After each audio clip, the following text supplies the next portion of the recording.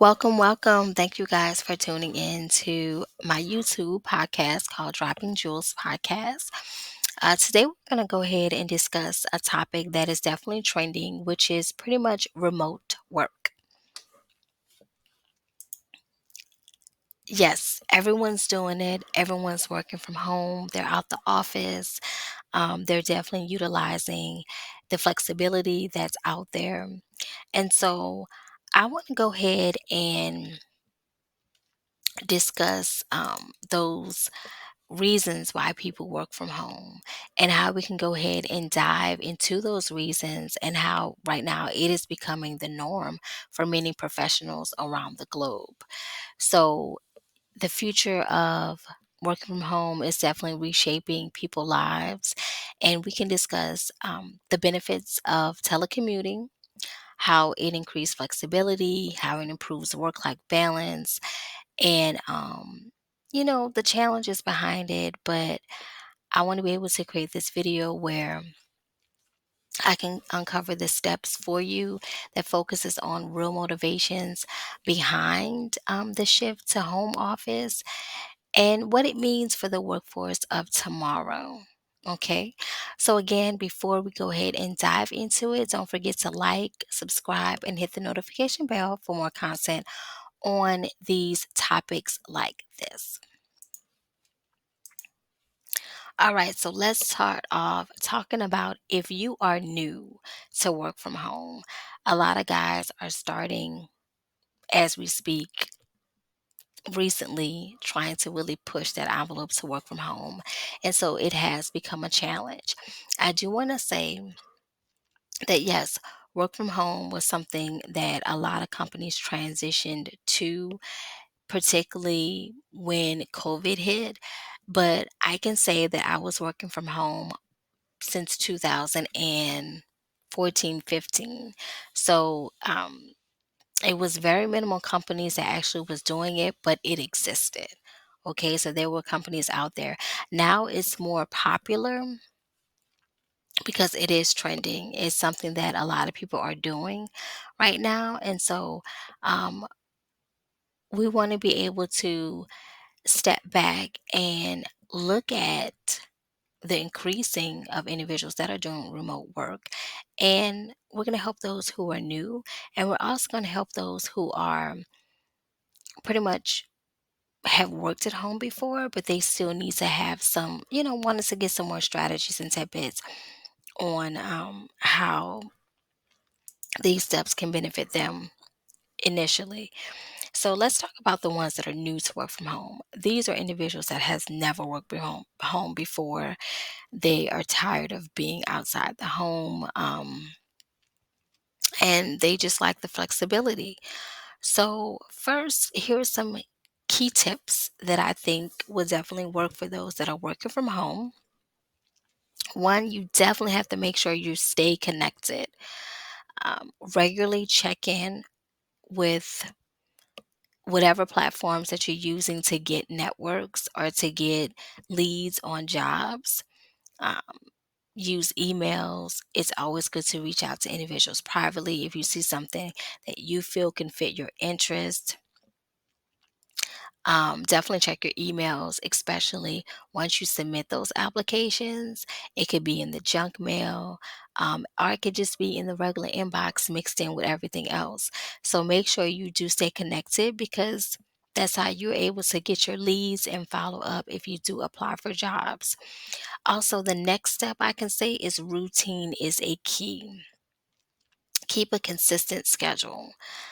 Start and finish at the same time. So if you're starting to look for a job, just set time aside for yourself. So just do like maybe say, okay, I'm gonna get up and I'm gonna do 4 hours of looking for a consistent job, something that you know can fit your schedule, something that can fit your interests, something that would be able to cater towards your experience, because we don't want to get a job that we know that you don't see any growth from it, because some of these jobs are permanent. And so you don't want to just get something and just hop from job to job. That's not going to be beneficial to you, your pockets, or your family. Also, I'm gonna say the third tip would be utilize your tools and your technology.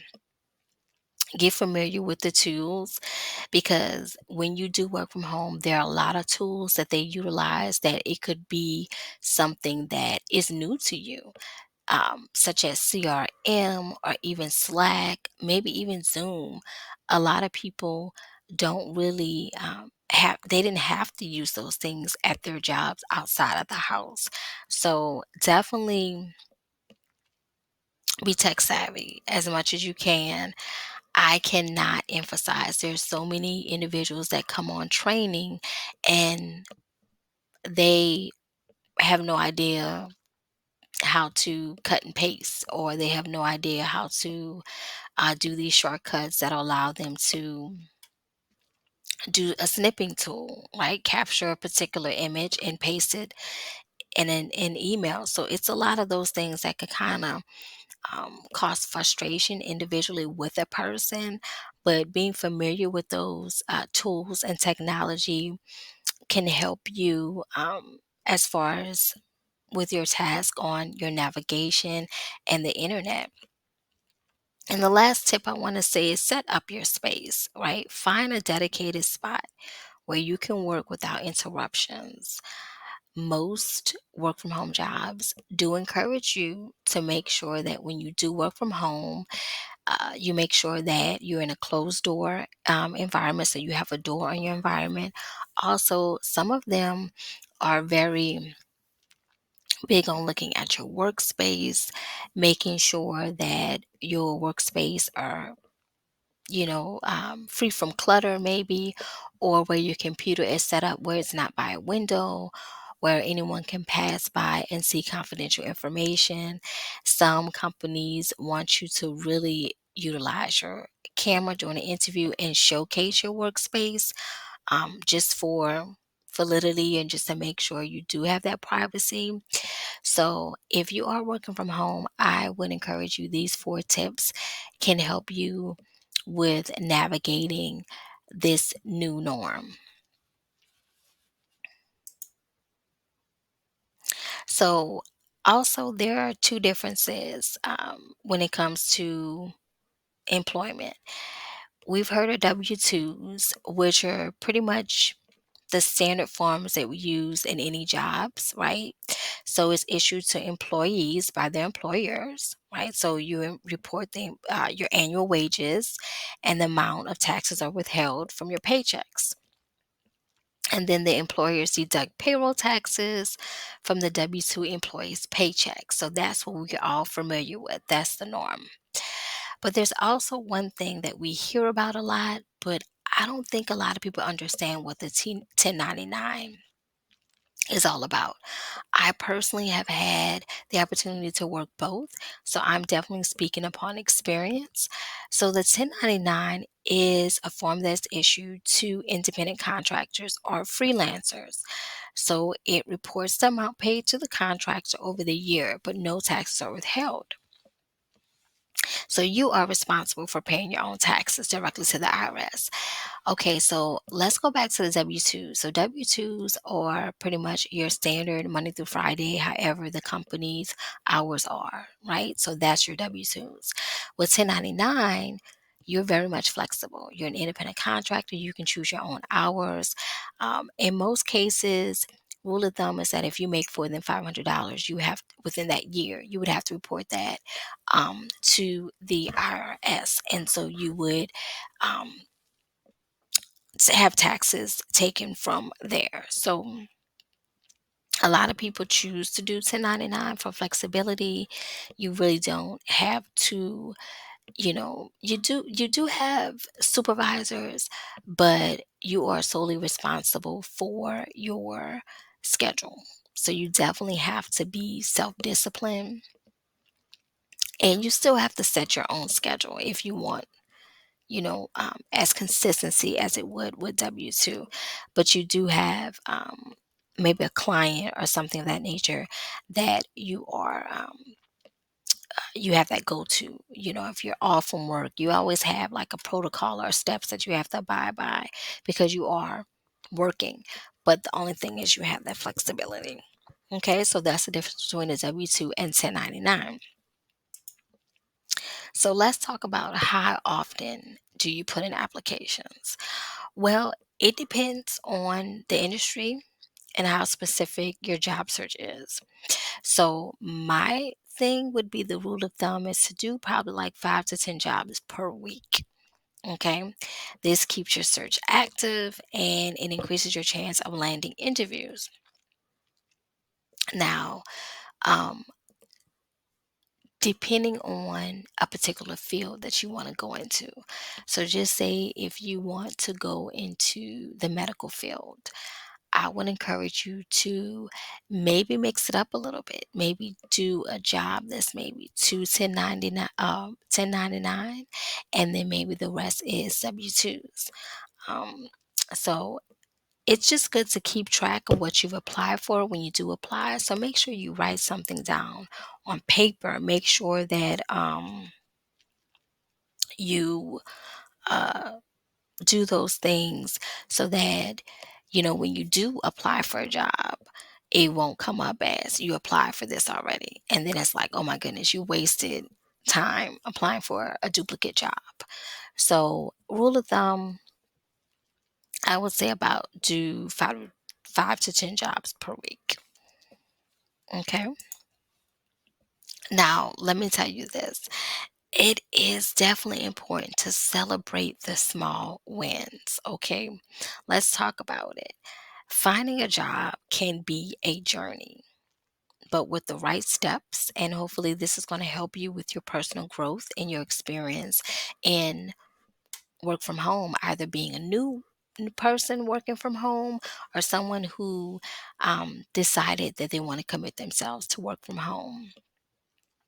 So let's talk about it. Understand what you really want in a job.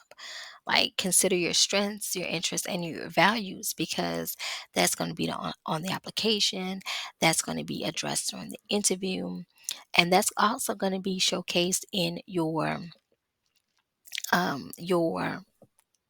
job, when you're actually working. So that's going to showcase into that.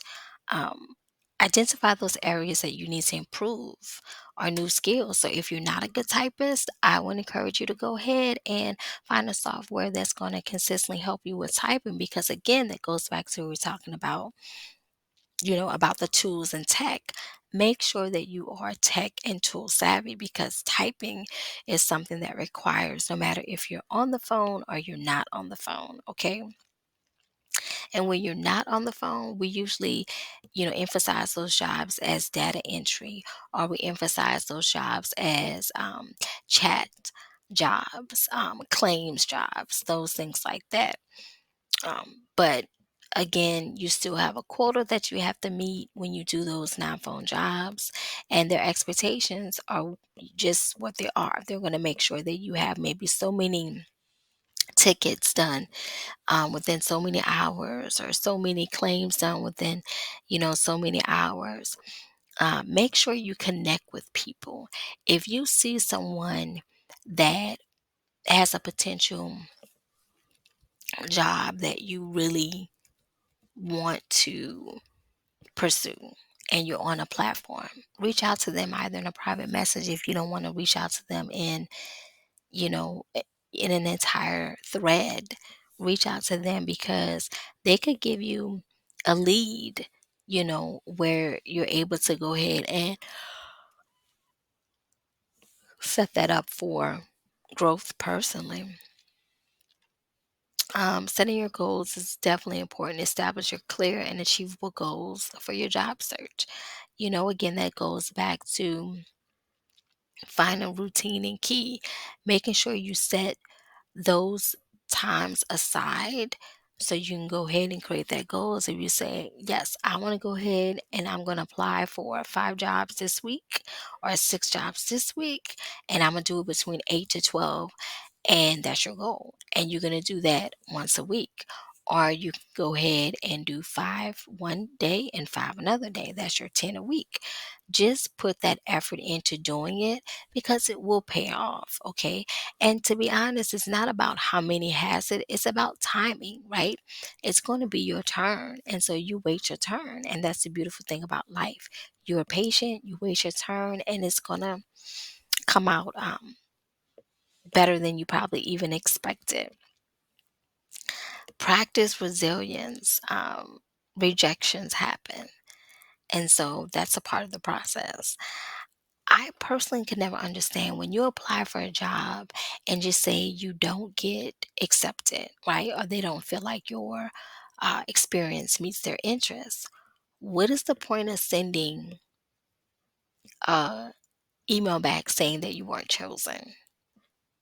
I just feel like that kills morale, that kills confidence. But you can also look at it in a way whereas maybe that was time, it's about timing, and this is a lot. Like that wasn't your time frame to actually go work there. Like that wasn't, you probably don't even want to work for that company anyway. But I just never could understand that. But definitely practice resilience, stand still, be patient, and that job comes back and say, oh no, you're not a good fit, then it's okay because you're a good fit somewhere else. Maintain your balance. Don't let your job search consume you, right? Take your time, take breaks. That's where their self set goals come in at. You know, stay informed. Again, get on those platforms, get into those groups, look at those opportunities that others may have mentioned that you had no idea about, right? So it's important to look at all of that information, look at your applications, and then celebrate those small wins like we talked about. If you get an interview, that's a win. That's a win. That's a step closer to a possible opportunity. That's a step closer to a possible offer letter, right? Because some people don't have interviews. A lot of people have those rejection letters. So celebrate those small wins, acknowledge every step, whether, like I said, it's getting that interview or it's making that connection, right? So we all know that work from home, a lot of people are doing it because of flexibility. You have no commute. It's that work life balance, it's that comfort. Location independence is your own personal space. You don't need people over you. It's definitely cost effective. Like you definitely saving money, and you don't have to worry about dealing with the commute. So there's definitely a plus working from home for sure, right? So I'm hoping that the tips that I gave you will allow you to find those solutions that you may have been confused about, steps that can give you an understanding of what meanings of different things are and how often you should do it, and pretty much staying confident and staying driven, keeping that knowledge of your purpose and the reasons why you want to focus on this journey, because it is a journey.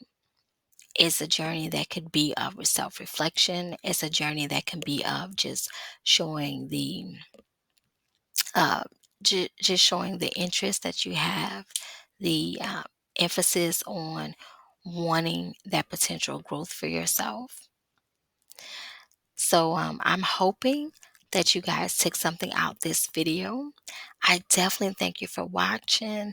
Don't forget, guys, subscribe now to this platform if you want more content, more tidbits on various things that can help you along the way.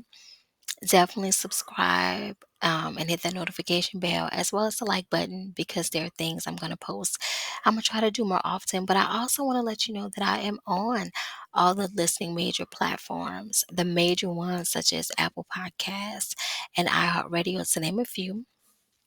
Again, it's called Dropping Jewels Podcast. And then, of course, I have my handle for YouTube, Dropping Jewels Podcast 504. So I appreciate you guys for listening and thanks for watching. And hopefully, you guys will write this down because it's definitely going to help you for sure.